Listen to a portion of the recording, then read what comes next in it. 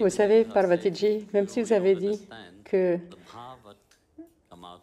nous ne pouvons pas comprendre, le bhav, quand vous chantez, est si beau, vous savez. Beaucoup de gens ne comprennent pas la langue, mais la langue du cœur, c'est ce qui est le plus merveilleux. Et ce qui ressort de votre cœur, c'est ce qu'il y a de plus merveilleux. Comme il est dit, ceux qui écoutent, ceux qui chantent, leurs péchés sont pardonnés. Et c'est ce qui se passe. Donc, comme il est un peu tard, nous allons faire directement l'Arati. Alors que Parvatiji chantait, il y avait une belle histoire à laquelle je pensais. Non, parce que quand vous avez dit que vous auriez aimé chanter des bhajans en hindi,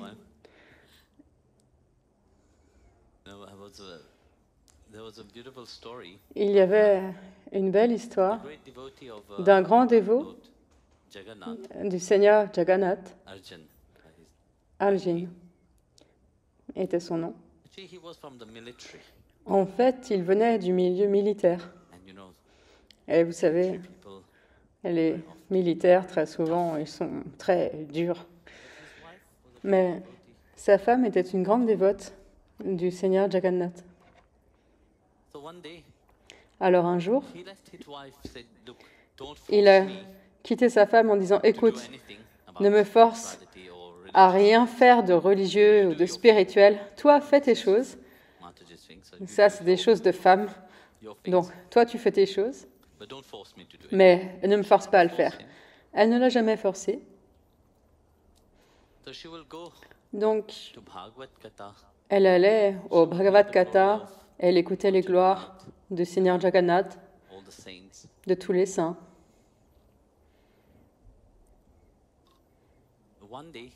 Et un jour, il y avait un groupe de sadhus qui passait par là, à cet endroit, et elle les a invités à la maison. Donc, bien sûr, à la maison, vous voyez, si vous êtes dans le monde, vous parlez seulement de choses du monde, d'affaires, etc. Vous savez? Mais lorsque vous êtes sur le chemin spirituel, quel est l'objet de votre conversation? C'est la spiritualité. Donc les sadhus parlaient et c'est devenu comme un kata.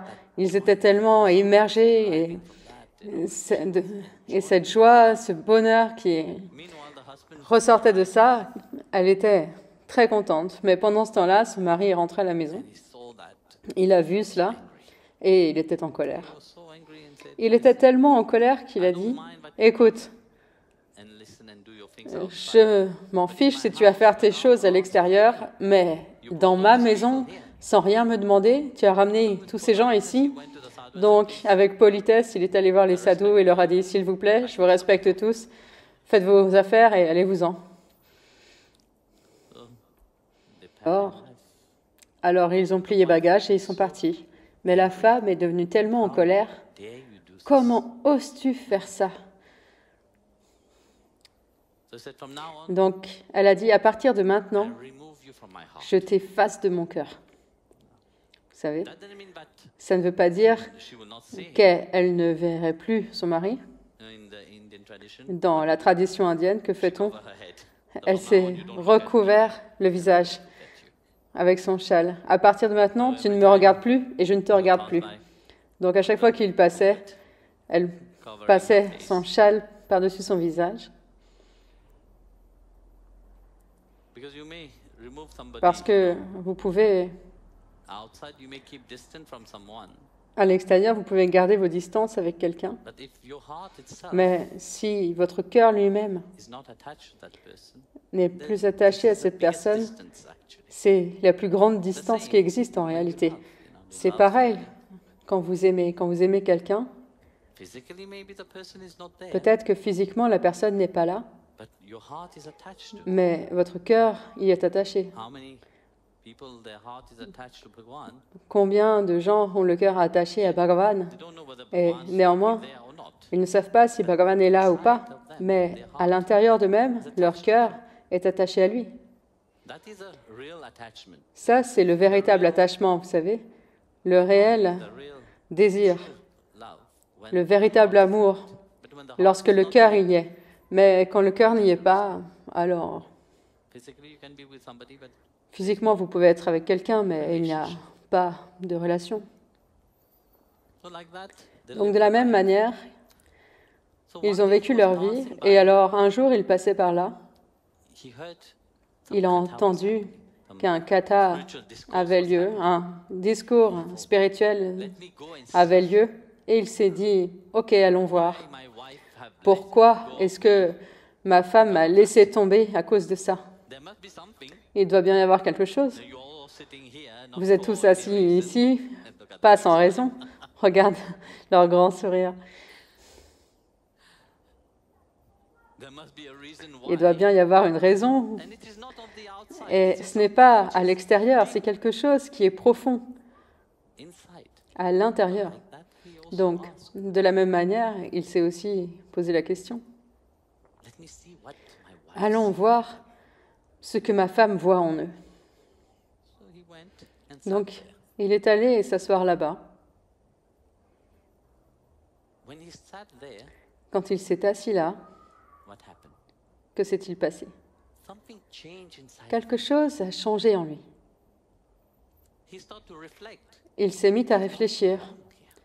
Il n'y a rien de mal ici. Ce qu'elle fait, c'est tout à fait OK. Vous savez, très souvent, quand vous ne comprenez pas quelque chose, vous en avez une certaine idée. Votre mental se met à juger, commence à critiquer. Non? Parce que vous ne savez pas. Très souvent, vous n'avez même pas envie de savoir. Parce que si vous voulez vraiment savoir, ça veut dire que vous devez changer quelque chose à l'intérieur de vous. Mais si vous ne voulez pas changer quelque chose à l'intérieur de vous, vous n'avez pas envie de savoir. Alors, mieux vaut rester ignorant. C'est pour ça que dans le monde, à l'extérieur, on dit que l'ignorance, c'est la béatitude. Ça ne peut pas être de la béatitude.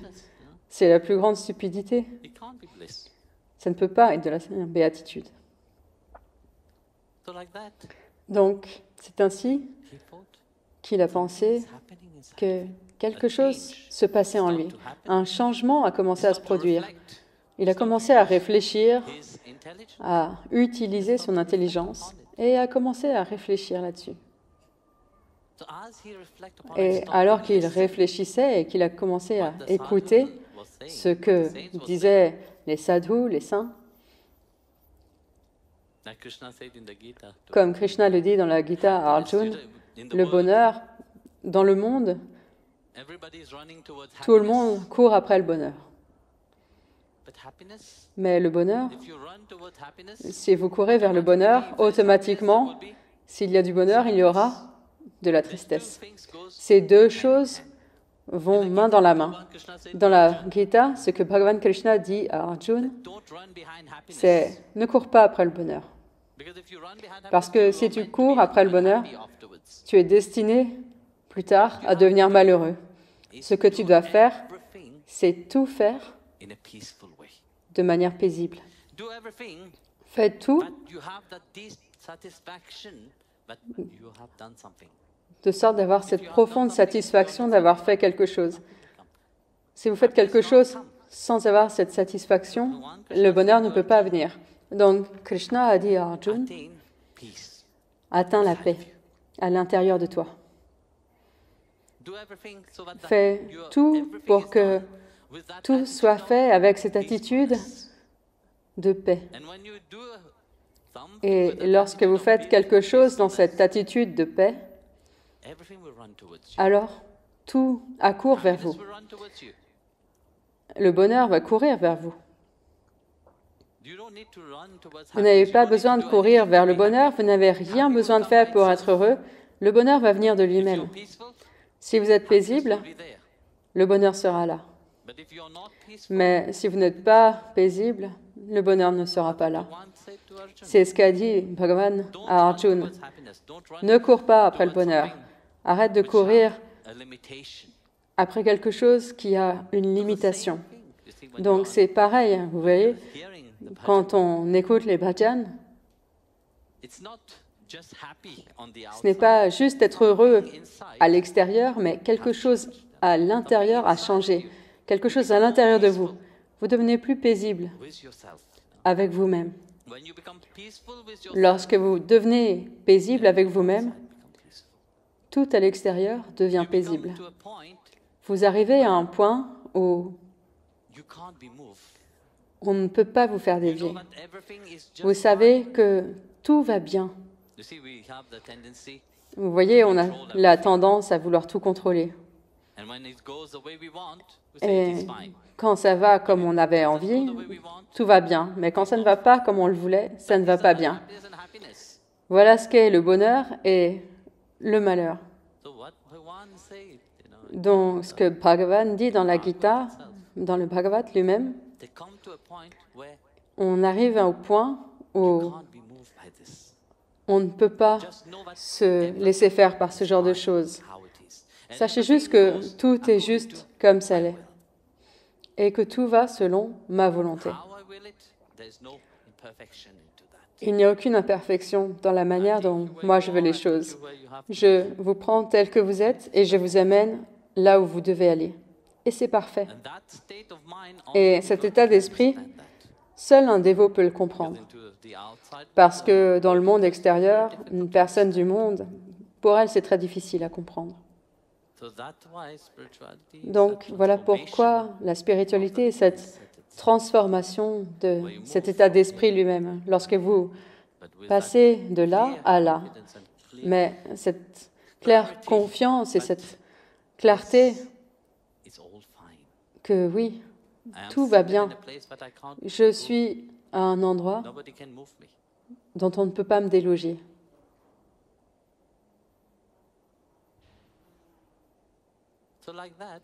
Donc de la même manière, ce saint a lui aussi atteint ce point. Rien qu'en écoutant ce dont parlait le saint, il en est arrivé à ce point où il a été en paix. Et il était en paix avec lui-même. Parce qu'une fois que vous êtes en paix avec vous-même, vous êtes en paix avec tout le reste. Mais lorsque vous n'êtes pas en paix avec vous-même, même s'il y a du bonheur ou de la tristesse, vous ne serez jamais en paix avec personne. Donc il a atteint cet état de paix intérieure dont Bhagavan Krishna a parlé à Arjuna. Donc il a commencé à réaliser tout ce temps où j'ai blâmé ma femme, mais il y avait là quelque chose de merveilleux que je n'ai jamais voulu regarder. Donc il n'a rien dit à sa femme. Donc un beau jour, il y avait un autre kata, il passait d'un kata à l'autre. Donc un jour, il est arrivé à un endroit, sa femme était là, mais il ne s'était pas rencardé, sa femme était encore très en colère. Et il était derrière, sa femme était devant, et il était dans cet état de béatitude où il ne faisait plus que pleurer et danser.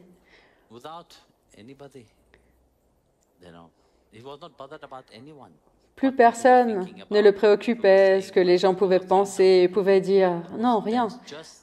Il était juste en train de danser. Donc,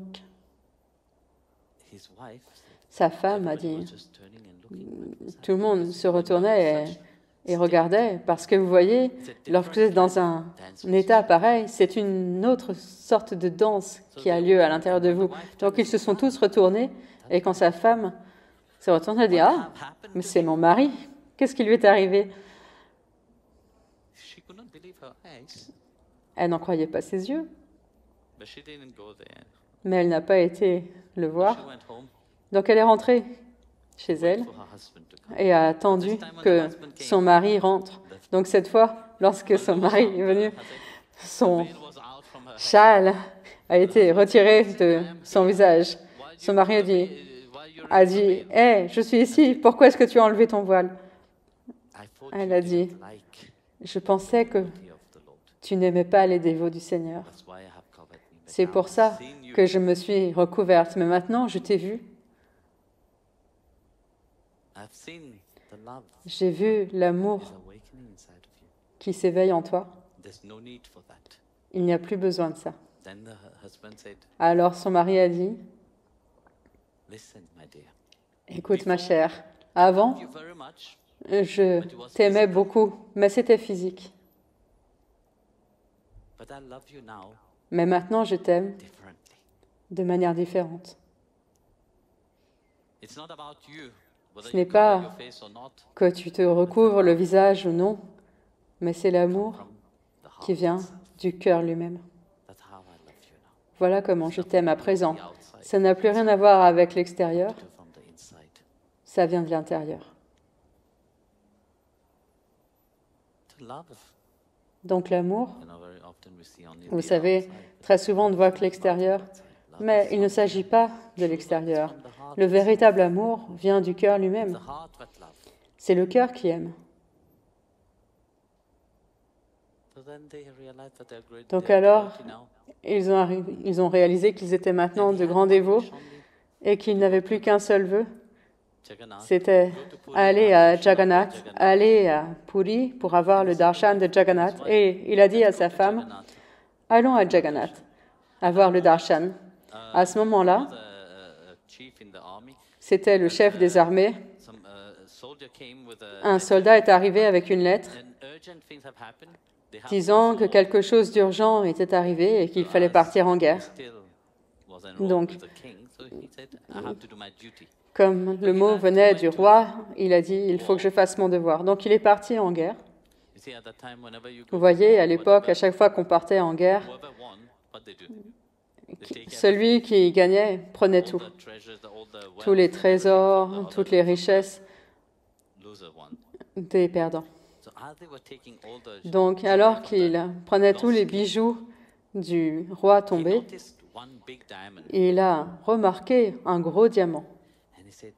Et il a dit, ce diamant, écoute, je vais aller à Puri, je dois amener quelque chose pour le Seigneur Jagannath, et cela serait vraiment très beau sur lui.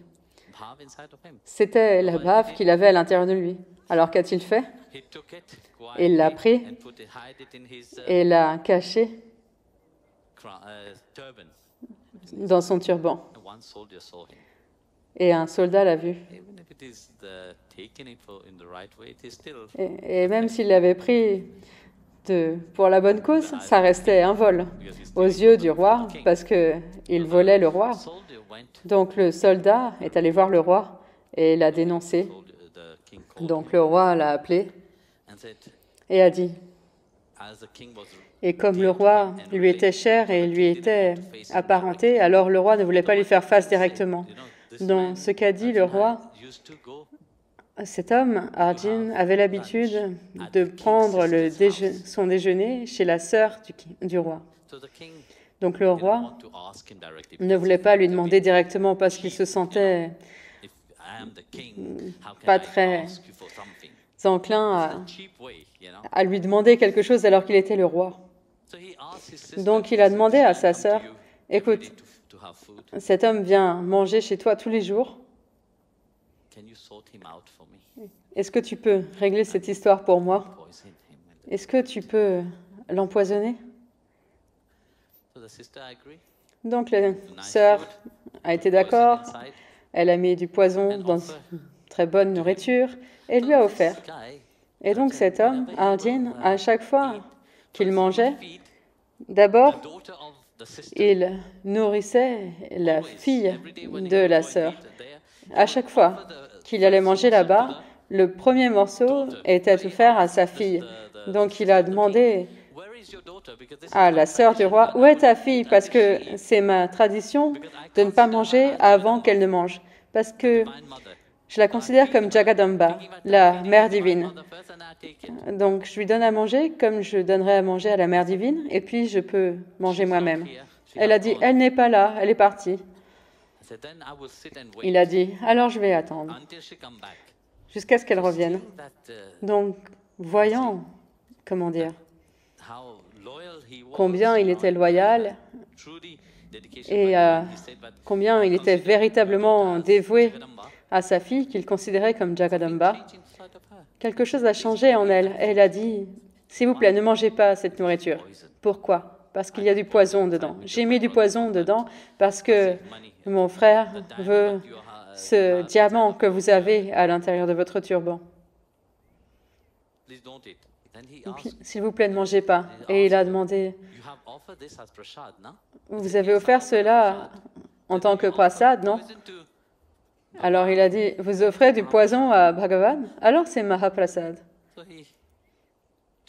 Donc il l'a pris et a dit, non, je vais le manger. Si vous l'avez offert à Bhagavan, je vais le manger. Comment est-ce que vous pourriez offrir du poison à Jagannath? De la même manière que Mirabai, Tukaram, tous les grands saints ont tous été empoisonnés comme ça. Donc,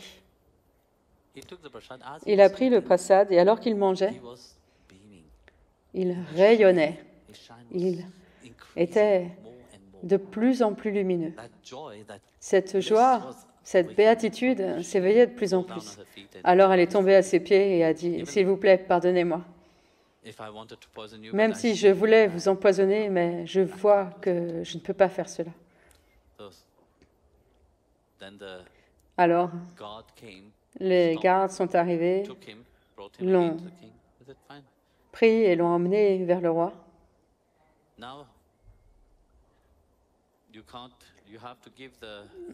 Et il a dit, maintenant, tu dois donner le diamant au roi.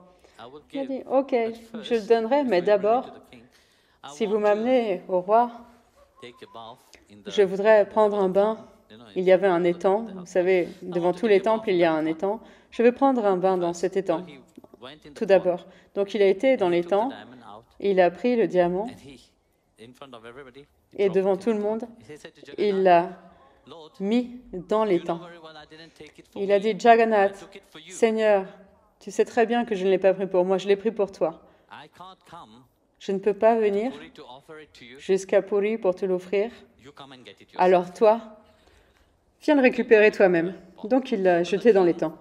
Alors le roi, les soldats l'ont dit au roi, et le roi a demandé à ce qu'on assèche cet étang pour retrouver ce gros diamant. Donc toute l'eau a été asséchée, tout le monde a recherché le diamant, mais personne n'a pu le trouver. Il a dit, où est-ce que tu l'as mis? Il a dit, je l'ai jeté ici. Tout le monde a vu que je l'ai jeté dans l'étang. Pourquoi vous ne l'avez pas trouvé? Alors il a dit, eh bien, parce que celui que j'ai jeté dans l'étang, je lui ai dit d'aller de le prendre lui-même. Alors le roi a dit, eh bien, très bien, allons voir à Puri. Alors il s'est dit, oui, c'était mon vœu, j'avais envie d'aller à Puri. Et le roi lui a dit, si je ne vois pas le diamant là-bas, je vais te tuer là-bas. Il s'est dit, ah, super, une bénédiction. Mourir devant Jagannath, vous savez. Est-ce qu'il y a une plus grande bénédiction que ça? C'est ce que je veux. Chalo. Et alors qu'ils sont partis à Puri, où est le Seigneur Jagannath, et sur son torse se trouvait le diamant que cherchait le roi. Et alors, voyant cela, tout le monde était choqué et véritablement ému. Alors il pleurait, et à ce moment-là, il est allé prendre Jagannathji dans ses bras et il a quitté son corps. Donc vous voyez, ce changement, cette transformation qui se produit en vous, c'est un mystère pour notre mental. Parce que vous voyez, on aime tout comprendre. On aime comprendre. Et après, à partir du moment où on a compris, on se dit, oui, je suis très intelligent, maintenant je sais. En réalité, on ne peut pas comprendre. Son mystère ne peut pas être connu de notre mental. Ce qu'il fait, sa manière de le faire, on peut seulement s'abandonner et l'accepter. Donc, je sais qu'il est tard. Maintenant, on va le faire, Narati. Jai Gurudev.